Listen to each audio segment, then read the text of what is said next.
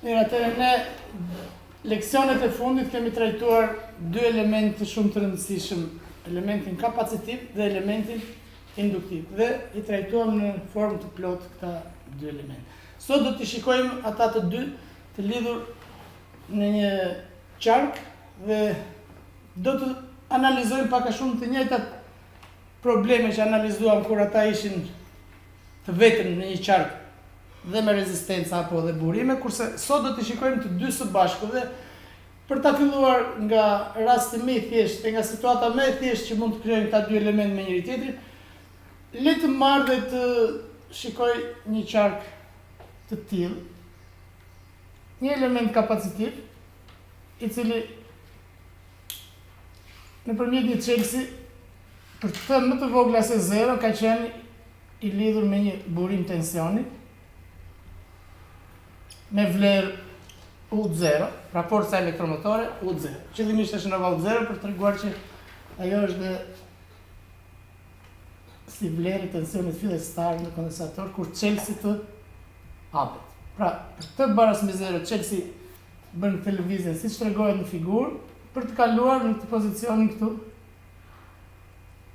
që e nxjerr induktivitetin, elementin induktiv, të lidhur në këtë element kapacitiv.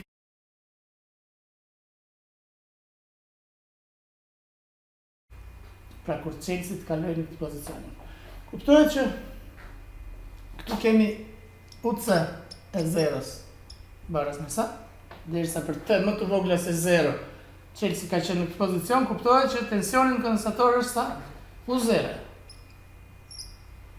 Po IL e 0-s, që shikoni me që qarku këtu është I hapur për të më të vogla se 0, normal që është 0. Dhe po shtroj pyetjen, çfarë ndodh kur çelësi të kalojë në këtë pozicionin tjetër? Pra për të më të mëdha se 0, le të analizojmë çfarë ndodh. Për të më të mëdha se 0 kuptohet që jemi në këtë situatën që është krijuar ky konturi I thjeshtë këtu me dy element në këtë formë. Normal që ne mund të fillojmë dhe të analizojmë çfarë ndodh, por këtë radhë I bën pak ndryshe rrugës për të parë se ç'ndodh te ky element. Le ta simulojmë me kompjuter. Çfarë do ndodh? Keni ndonjë ide? Pra, këtu në çastin që çelësi ose kur qarku krijohet, kemi ngarkesa elektrike të akumulimit. Kondensatori do shërbej si burim rrymë për turbinën, do ja kaloj gjithë. Po të kujtohet kur folëm leksionin e kaluar për elementin induktiv që e pam të lidhur me një burim konstant tensioni, bumbrej që aty fillonte dhe kalonte rrymë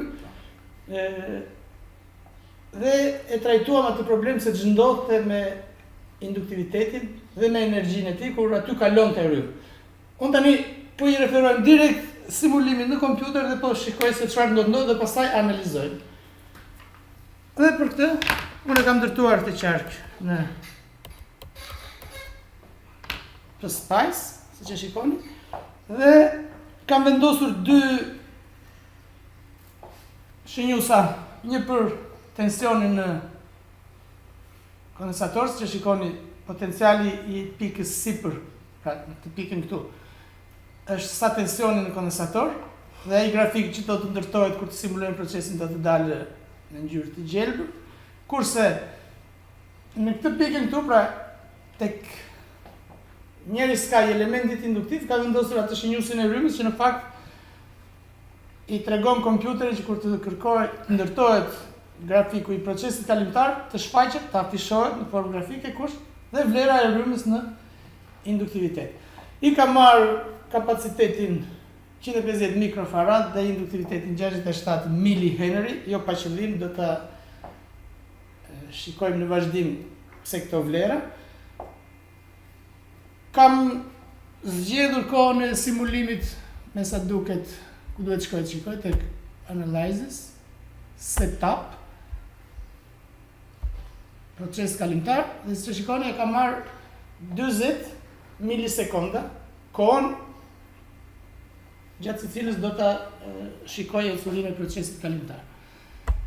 Qarku është krijuar me gjitha kërkesat që ka Spice, është vendosur toka. Le të shikojmë çfarë ndodh ky qark, a është në përputhje me këtë qark që ne kemi apo si më mendje? Është tamam ai që kam unë apo diçka duhet verifikuar? Do vini tokë aty. Jo, tokën e kam vënë. Po jeni sigurt? Tamam ai qark është, po tensionin fillestar e kam pranuar të ndryshëm nga zero. Dhe ashtu ta verifikoj. Para se të shkoj te tensioni kondensator, le të shikoj kushtin fillestar të rrymës. Shikoni IC initial condition varet me 0. Pra rryma fillestare në induktivitet është 0. Pra kjo rryma këtu, meqense unë kam vendosur këtu shinjusin e rrymës, do të bëj fjalë për këtë rrymë. Pra I-ja që do të shfaqet në grafik do të jetë kjo, kurse tensioni ashtu siç e kam referuar do të jetë ky. Pra, nuk po shënoj indekset L dhe C, po kuptohet U është në kapacitet, I në induktivitet. Pra, kusht fillestar për rrymën nuk kam, jam në përputhje me ushtrimin tim, ku I le 0 është e barabartë me 0. Për të parë tensionin fillestar në kondensator, IC, initial condition, sa e kam? 10 volt. Pra, ka një tension fillestar të ndryshëm nga 0, dhe tani le ta simuloj procesin. Thjesht, si kemi thënë, klikojmë mbi simulim ose F11. Dhe le të shikojmë se çfarë ka ndodhur procesi kalimtar. Llogarit, le t'i afishoj grafikët. Diçka shumë interesante. Një ndryshim periodik I tensionit në kondensator, shkarkim siç e shikoni, ndërsa tensioni fillon nga cila vlerë? Shikoni këtu.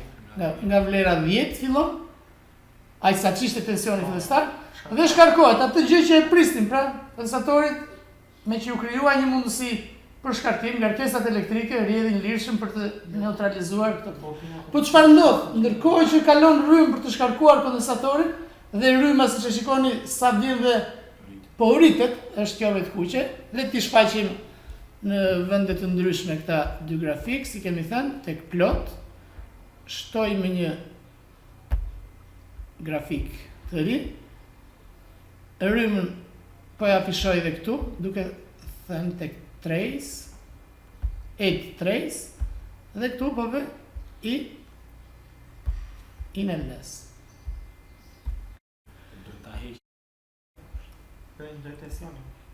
Tensionin poshtë po e le dhe po eq grafikun e kuq. Pra këtë këtu, duke shtypur delete. Ke vend dy njësoj. Jo, s'janë dy njësoj. Kujdes, shikojnë, lartë e kini IL, poshtë UC. Si forma janë vërtet të tilla janë sinusoida të pastra praktikisht. Kjo lartë është tamam një sinusoide pastër, kurse ajo poshtë është një kosinusoid. Ose të dyja sinusoida, por njëra ka një fazë, sepse sinusi dhe kosinusi lidhen në 90 gradë, shprehen nëpërmjet njëri tjetrit në 90 gradë. Pra, shikoni çfarë ndodh. Kondensatori po shkarkohet, ndërkohë që induktiviteti po ngarkohet. Edhe është më se normale kur në këtë çastin e kohës këtu, tensioni sa ka shkuar në kondensator? 0. Është shkarkuar, pra s'ka më ngarkesa. Por çfarë ndodh? Në këtë moment rryma në induktivitet ka një vlerë, se shikoni maksimale. Dhe si e tillë, ajo do të vazhdojë të qarkullojë, sepse thamë që ligji I inercisë elektromagnetike bën që rryma mos ndryshojë në mënyrë të menjëhershme. Ajo nëse kishte një vlerë dhe po rrjedh, do të vazhdojë të rrjedh për sa kohë do të ketë energji në induktivitet. Dhe vjen një moment që duke rrjedhur rryma po në drejtimin që rrite, por me një vlerë që arriti maksimumin dhe pastaj po zvogëlohet, ndërkohë kondensatori çfarë po bën? Kondensatori meqense po kalon një rrymë në këtë drejtim, rrymë pozitive, që shikoni, pozitive rryma gjatë gjithë kohës, gjysmë periudhës së parë. Pra kondensatori po ngarkohet, po me polaritet në krahun tjetër. Këte po vendosen ngarkesat pozitive poshtë, kurse lart kuptohet që ngelet mungesë ngarkesash pozitive, pra ndryshe thuhet ngarkohet negativisht pjesa si. Dhe vini re tensioni, me që se vazhdojnë rrjedhin ngarkesa deri në kë moment rrjedhin ngarkesa? Deri këtu. Në momentin që bëhet 0 rryma, vini re tensioni në kondensator ka arritur një vlerë maksimale. Por kujdes me shenjë minus, pra ky tension minus, ose ky tjetri këtë plus, që i bie. Me që se ne në grafik kemi referuar thjesht tension, tani po i referohemi thjesht atij tensioni dhe po themi pozitiv apo negativ. Pra ai tension, siç e shikoni, mori vlerë maksimale negative dhe nga ky moment kur rryma në induktivitet është 0, kondensatori përsëri krijohet e njëjta histori, një mundësi për t'u shkarkuar, siç u shkarkua kur ishte tensioni pozitiv, po ashtu do të fillojë të shkarkohet apo përsëri, po nëpërmjet induktivitetit. Duke bërë të mundur që rryma në induktivitet nga 0 që ishte në këtë pikën këtu, të marrë një vlerë, por kujdes, negative siç e shikoni. Pse? Sepse po rrjedhin në këtë drejtim tani ngarkesa. Pra kjo rrymë, siç e shikoni në gjithë këtë intervalin këtu, është negative. Dhe në momentin që ajo bëhet 0, kondensatori ka rezultuar përsëri i ngarkuar me tension pozitiv, sepse ngarkesat pozitive janë akumuluar lart. Dhe siç e shikoni, kjo histori përsëritet pafund. Pra konkretisht çfarë ndodh? Gjithë energjia që kishte akumuluar kondensatori fillimisht, si C unë katror për mbi 2, në momentin që u krijua mundësia që ajo të çlirohet, pra të largohet nga kondensatori duke ndryshuar tensionin, nëpërmjet ekzistencës së rrymës zvogëlohet kjo energji, duke u transferuar në energji të fushës magnetike në induktivitet. Dhe në momentin që tensioni është 0, rryma ka vlerë maksimale, duke qenë se është Li në katror mbi 2, si pozitive si negative, energjia është në induktivitet dhe në këtë çastin e kohës këtu, kur rryma është maksimale pozitive, dhe në këtë çastin këtu, kur rryma është maksimale por negative, energjia në induktivitet është e gjitha aty, pra në këtë qartë. Në këto dy momente kur rryma ka vlerë maksimale, qoftë pozitive, qoftë negative, vini re kondensatori ka tension 0. Pra këtu çfarë ndodh? Thjesht energjia lëkundet nga kondensatori shkon në induktivitet, nga induktiviteti në kondensator, dhe kjo punë ndodh pafund, duke krijuar kështu të ashtu quajtura lëkundje që nuk shuhen, lëkundje vetjake për më tepër, sepse ky qark thjesht u ngacmua me intension dhe u la i lirë. Filluan lëkundjet, janë vetjake të pa detyruara nga asnjë forcë jashtme, si thua, pra nga asnjë burim i jashtëm. Këto do të ekzistojnë pafund. Janë lëkundje që nuk shuhen dhe ekzistojnë pafund. A ndodh në praktikë situata e tillë? Pse? Dhe një moment po gjithë kjo energji shndrohet në energji termike, si pasojë e rezistencës përcjellëse. Në realitet nuk ka element të tillë induktivitet të pastër. Kur e trajtuam këtë element, e morën në analizë dhe thamë element me rezistencë 0, pra me rezistencë ohmike 0, pra një super përcjellës që realizon të dredhat e këtij elementit induktiv. Kështu që në praktikë ky qark nuk ekziston. Por besoj e kuptoni që po të ishte diku këtu një rezistencë dhe realisht gjithmonë është një rezistencë në sërime me induktivitetin, çfarë do të ndodhte?